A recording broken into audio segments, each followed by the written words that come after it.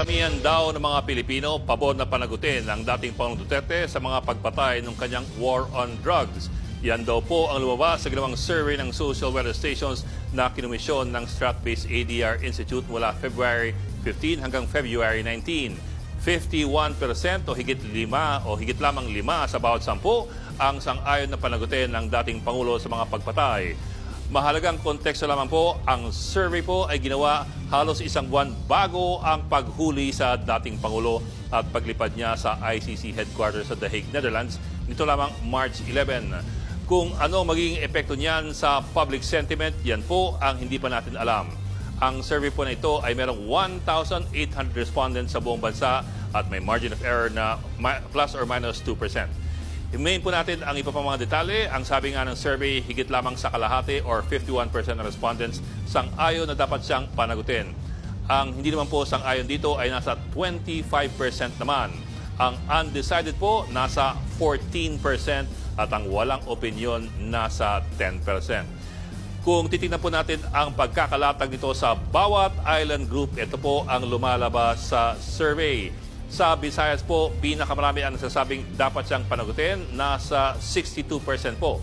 Ang Mindanao naman, hindi po nalalayo sa Luzon, nasa 47% versus 49% sa Luzon.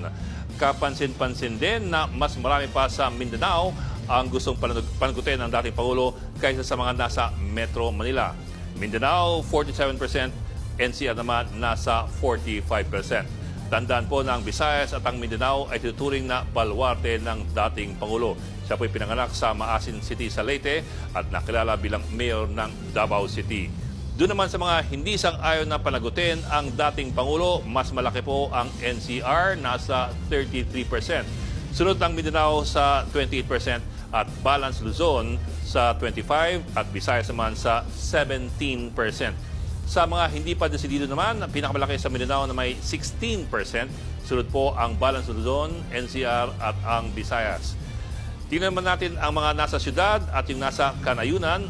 52% ng mga nasa kanayunan sang-ayon daw na panagutin ang dating Pangulo kumpara po sa 48% mula sa mga syudad. Sa mga disagree naman, 29% ang nasa syudad at 23% ang nasa nayon.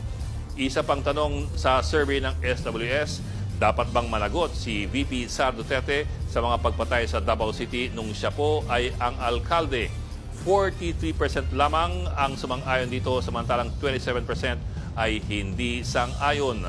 Ang paliwanag ni Professor Dindo Manhit, ang direktor ng Strat-based ADR Institute na nagkomisyon sa survey, mahalaga ang resulta ng survey lalo't ang accountability ay sandalan dapat ng isang demokrasya. Mahalaga rin daw sa mga tao na ang hustisya ay manaig sa kanilang bansa.